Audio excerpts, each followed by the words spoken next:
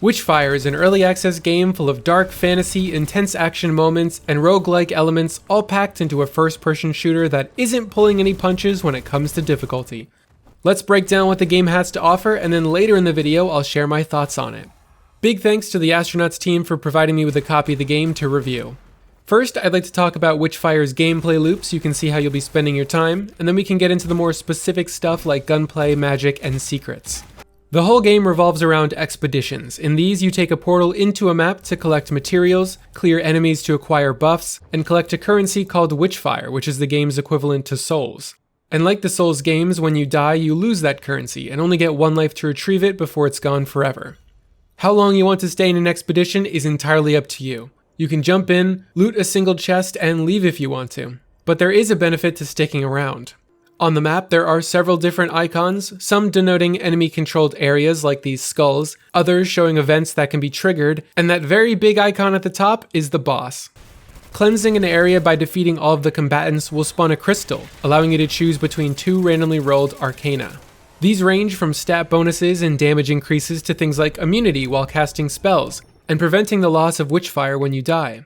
But the arcana only remains applied to your character for that run, and once you leave the map, those buffs disappear. So if you plan on going after the boss, it's probably a good idea to clear some areas and stack up a few of these before going in. The Witchfire you collect is used to level up your character's stats like HP and stamina, but as you increase in level, you'll find that the maps adapt over time. You'll face new types of enemies and tougher ones will become more common. At your base, you can also upgrade your weapons, spells, and change your loadout via the gun room. You also have access to the workshop mirror, which is how you unlock pretty much everything in the game. Before starting an expedition, you can choose 2 items to research, and doing stuff in the world like killing enemies or completing events rewards you with progress towards that research. You can speed up this research by spending treasure that you collect in your expedition. Items you unlock through research can be leveled up by completing their respective challenges. For relics, this can be as simple as using the ability to kill X number of enemies, but for weapons, you'll need to master their mysteriums, which is a fancy way of saying their perk tiers. Each weapon has 3 tiers, with each higher level providing an additional benefit.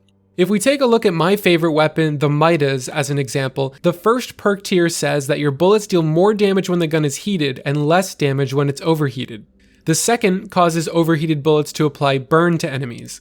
And the third greatly increases your reload speed when the gun is overheated.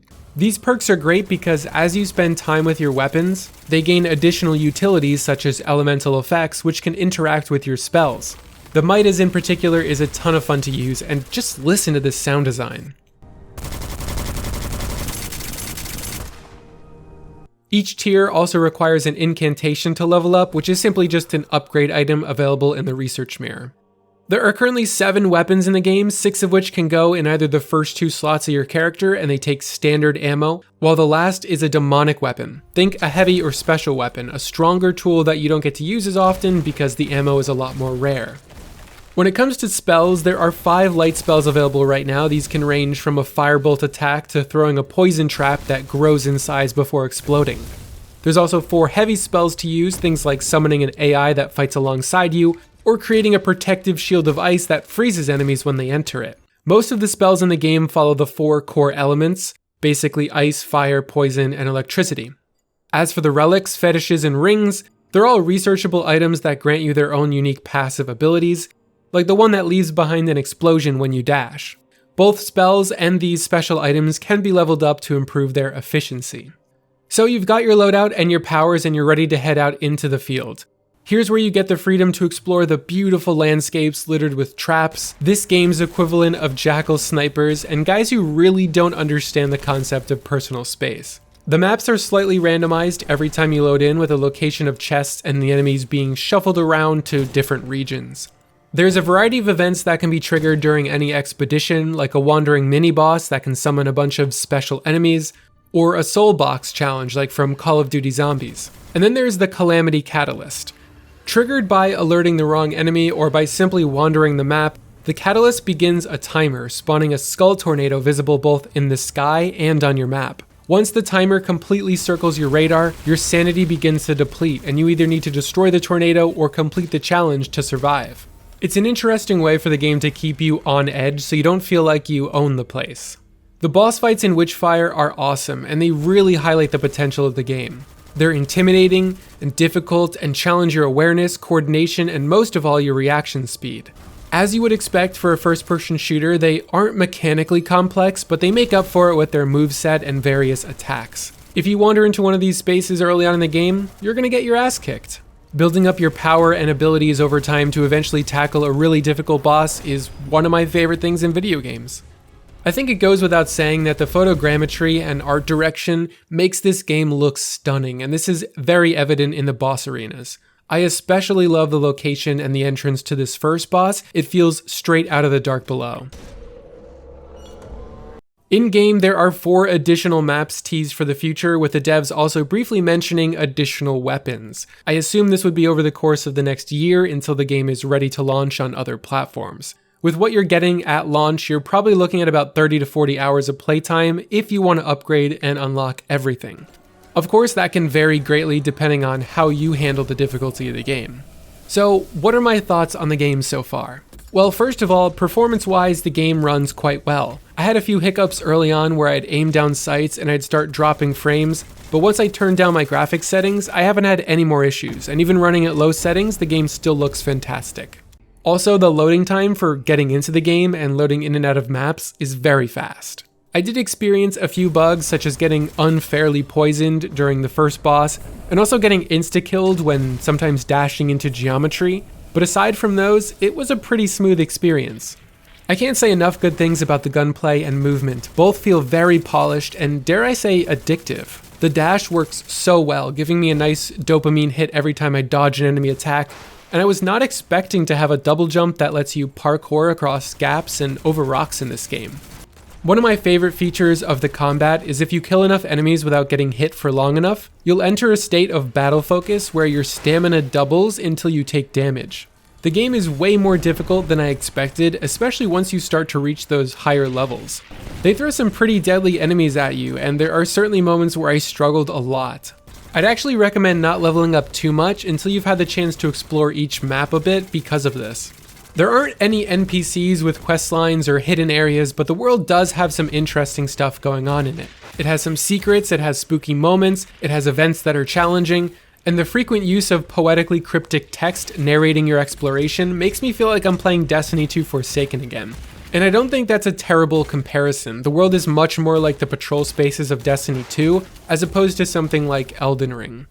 Aside from defeating the bosses and experiencing all of the encounters the map has to offer, your endgame is pretty much upgrading all of your weapons and powers. Being honest, there isn't a ton of replayability right now once you're satisfied with your build. With the maps being on the smaller side, you become familiar with them fairly quickly, and there's no farming bosses for loot or anything. Which isn't necessarily a bad thing, but I do think the game suffers from an over-reliance on researching items and doesn't leave enough cool stuff for the player to earn through combat and exploration.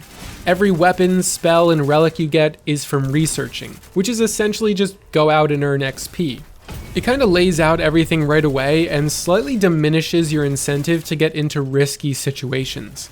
I think more of those unlocks should come from discovery and difficult combat. I think a perfect example of how to do this would be with the second boss, the Galley Slave. This guy wields a giant cannon that shoots poison projectiles which result in an area of decay where it lands. Defeating this boss could reward the player with that signature weapon in the form of a new demonic weapon.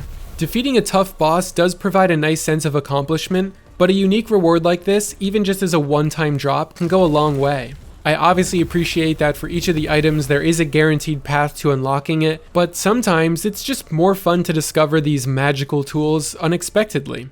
Maybe that's not the developer's goal, but as someone who's ranted about this in the past with other games, it's certainly something I would like. I had 2 other criticisms about the game, but as I was writing this script, the devs released a patch which addressed both of my issues. The first being the frequency of the Calamity event. It was happening way too often, and I felt like I wasn't able to properly explore the Iron Gate Castle map without being interrupted by them. And the second is the blurry double vision effect that happens when you've fully depleted your stamina bar. You've probably noticed it so many times during this video because all of this footage was recorded pre-patch. It's super unpleasant to look at, and it can really screw you over in combat with how often you're running out of stamina mid-fight. In this patch, they've already reduced this effect and said they're working on an option to let you disable it entirely, which is exactly what I was going to ask for. So overall, I think the core of the game is really well made, and the 12-person team at the Astronauts have done such an excellent job at making something that could quickly expand in so many cool directions. I just want more of it, which I guess is the curse of an early access game. With the amount of content available, this is going to be kind of a hard sell if you don't have expendable income to throw at every project that looks cool. After sinking 15 plus hours into the game and seeing what it's all about, I'd still have happily paid for it with my own money. And I think down the line, when there's 6 maps with 6 total bosses and more weapons, it'll be more than worth $40. That's my review on Witchfire. Let me know in the comments what you guys think of the game. I hope you enjoyed the video, and stay tuned for coverage on more new games and updates coming soon. Thanks for watching. I know your girls love it, but you're better than that. Better than